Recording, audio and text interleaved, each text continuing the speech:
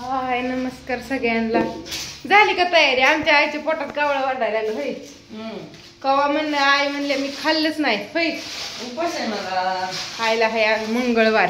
इकडं आमटी ठेवली गरम करायला मस्त अशी, कारण की आणि इकडं पोळ्यांचं. तुम्ही जेवता काय आज? आधी रोज काय करतात आई पुरी झोका देतात आम्ही जेवतो, पण असं त्यांनीच बडान घेतले वाढून. डबल झालंय आता, तिसरा टाइम.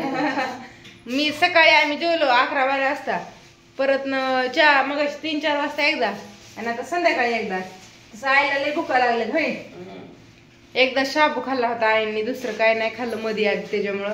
आणि दिवस पण आता कसा मोठा आहे त्याच्यामुळं जमत नाही. तर नवीन वर्षाची तुम्हाला सगळ्यांना खरंच हार्दिक शुभेच्छा. मराठी वर्ष होय, मराठी वर्ष मस्त असं सुरू झालेलं आहे.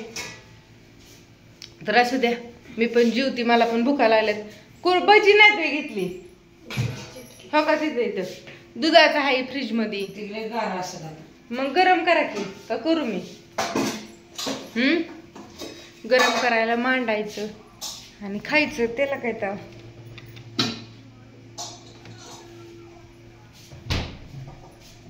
गॅसवरच मांडते, आपणला लागेल नंतर ना. हे करू का बंद?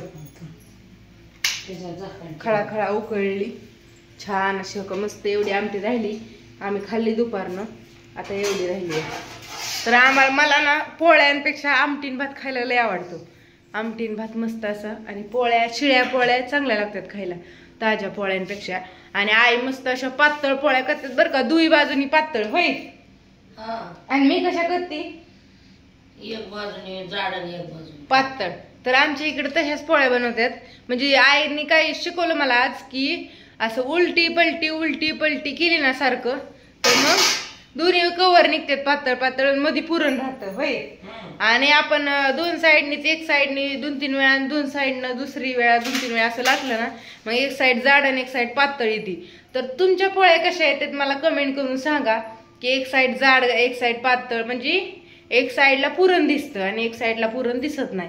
असं कोणाकोणाचं होतं. माझं तर झालं तर मी आज केलत्या, पण आल्यानंतर ना, एक झाल्यानंतर ना आईने मला सांगितलं की हे असं नाही, आलटून पलटून लाटायची.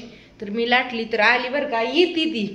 पोळी काय लाटायची, उलटी चपाती लाटायचं अवघड आहे, पण पुरणपोळी लाटायचं अजिबात सुद्धा अवघड नाही असं मला आज वाटलं. कारण की मी आज पहिल्यांदाच पोळ्या केल्या, निम्या आईंनी केल्या आणि निम्या मी केल्या. तर असं द्या, बाय सगळ्यांना. आणि अजून एकदा नवीन वर्षाच्या सगळ्यांना खूप साऱ्या शुभेच्छा. आणि या जेवण करायला मस्त असं. आणि कुणी कुणी पोळ्यांचा स्वयंपाक केला आज मस्त असा, करा कमेंट.